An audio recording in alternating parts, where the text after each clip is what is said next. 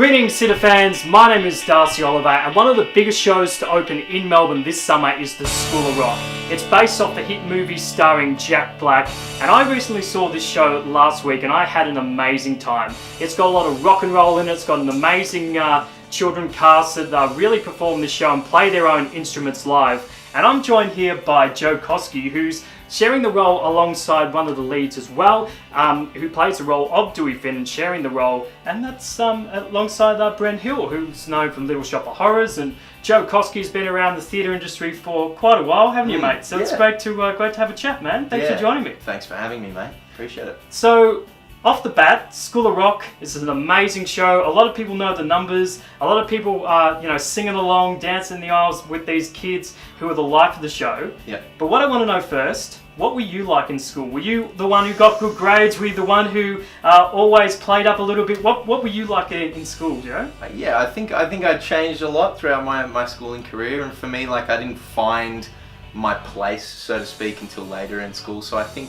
up until sort of the later years, I definitely caused my teachers a little bit of trouble. Sorry in advance there.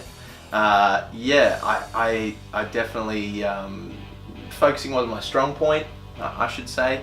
And yeah, I didn't understand. I was always wanting to question why we were doing X, Y, or Z, And doing a show like School of Rock really brings back those memories, in a sort of PTSD style fashion. I kind of find myself questioning that structure all over again. Not in a negative way. I had a fantastic time overall at school, but it definitely makes me remember my younger years and how I was a little bit erratic. Absolutely. So this show, like I said straight off the bat, it has an amazing children cast. Imagine amazing child cast in this. I saw this show last week on Thursday night. I was in the front row. Wow. And I kept glancing at the orchestra and also at the kids on stage. And I have to say, without 100% certainty, I can confirm that the kids play all their instruments live. Absolutely. They're absolutely amazing in this show. And I guess it shouldn't surprise me, because I saw Matilda, which Tim Minchin wrote the lyrics to a couple of years ago here in Melbourne. I think I even saw it in Sydney as well. And the kids just absolutely amaze me. Whenever you have a show that has a younger cast in it, they're just absolutely amazing. Every time I watch them, I find that they do things that any adult actor would find difficult. Yeah. So you're playing the lead role in this. What's it like working with that the younger ones, the younger kids? It's such a rewarding experience. Like with any actors, you get this this sense of play, and you find each other's patterns and grooves, and the most enjoyable part of live theatre is sort of seeing that energy develop spontaneously and on the spot every time. And with children who are very much still learning, and a lot of these kids haven't done theatre before because they're musos, or they've been sort of plucked from obscurity. With them, they're still learning this craft as they go. So seeing them sort of flourish as actors as this whole experience unfolds is pretty phenomenal, and getting to be on stage with them while it's happening it's electric, and as you could attest to from being in the front row, they're not only technical freaks at their instruments, but their musicianship is crazy. It's that sort of stuff you can't teach, you just have to learn it over time. And it's incredible to think in 9 or 10 or 11 years some of these kids have accrued so much musical ability, as well as the ability to sing and dance and act and all that kind of stuff as well. It's pretty amazing. And when you see them like that, it makes you think, how good are these kids going to be in 10, 20 years time? Yeah. When they're already rocking out, as good as someone who's, 10 or 20 years older than them. Yeah. How good are these kids going to develop into the talents that they're going to develop into? It's crazy. It is crazy, and it's, it'll be so interesting. And a couple of us, Brent and I, were discussing it the other day, and it was like, in not too long from now, these kids are going to be like, hey, let's catch up for a beer down the pub, and that's boggling to think. When you're going through those formative years, it feels like they go on forever, but then you get to your 20s and your 30s, and all of a sudden you're like, wow, that's a flash. You really got to take advantage of that. But what will be interesting to see is how many of these kids follow music or theatre or their instruments to the fullest extent, or for how many of them this is something that they love right now, and their passions will change really quickly, you know. And I'm sure a lot of us can say the same about ourselves, that we had really intense passions for certain activities when we were kids, and then that changed over the years. So yeah, for me, like, I was all about sport, and then all of a sudden I was like, no, music, I want to do music, you know. So it's interesting what happens with kids when there is zero pressure on them to have to follow a direct path. You know, for a lot of these kids, the world is their oyster. It's going to be really interesting to see.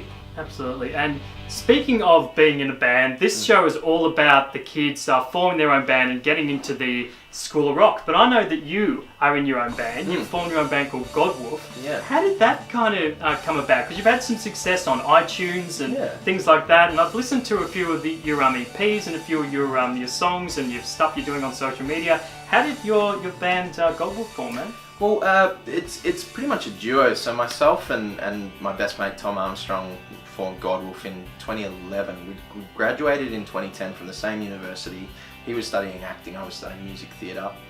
And he always loved my songwriting, and I always admired his ability to, like, he was just picking up production really on his own.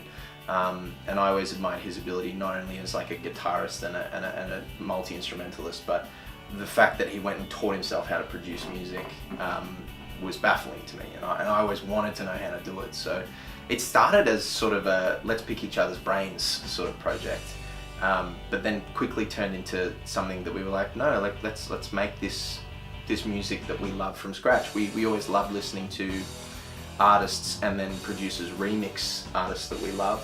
We were like, well, why don't we start making music like that from scratch, that doesn't have to be remixed, that is sort of inherently electronic but also with a songwriting focus. So yeah, that's sort of how Godwolf started. And now, again, like, we're both quite busy in our own rights. He's the head of music for a comedy group called Auntie Donna, which we started back in 2011 as well. And I'm obviously doing this, so touring together is so difficult at the moment, which is in no way a negative thing. Like, we're both having a great time. But it means that we're also pursuing two separate projects. The one that he's frontiering is called Price Park, and I'm obviously releasing some music under my own name as well. Just to give us some more flexibility with our individual schedules too. Before I do let you go, Joe, this show, like I said off the bat, it has so many great iconic numbers. Is there a number in the show that you enjoy really performing? Yeah, there's a couple. I would say You're in the Band, which is sort of where Dewey has this epiphany that he can sort of achieve his dreams of competing in the Battle of the Bands with these kids he's now teaching, and realizes individually and piece by piece that there are little rock stars inside of them, you know? I think that's a really exciting number, because it's so much about discovery as you go. And that's exciting for the audience as well as the cast on stage. And then Stick It to the Man is the next obvious one, because it's so infused with passion and anger, and Dewey is really validating these children's concerns with the world. You know, so often as children we're told, oh, don't worry about that, stop being silly. But this is a guy who's finally saying, no, be angry about it. Be angry, tell me why you're angry. And Absolutely. Seeing that from children is really empowering for everyone. Yeah. Absolutely, man. Well, thanks for taking the time to join me. Best of luck for the rest of the tour of School of Rock. Great show. Love seeing the amazing cast in this, from you, Brent Hill, Angela Palmer's also in the show. Yep. It's a great show for anyone who wants to bring the family to, or who knows the original film. Yeah, anyone who wants to come down and see the show over summer, please do. It's a great show full of great music, and even if you haven't seen the original movie with Jack Black, there's always something to love in this show as well. Definitely. So thanks for joining me, man. Thank you, mate. Beautiful.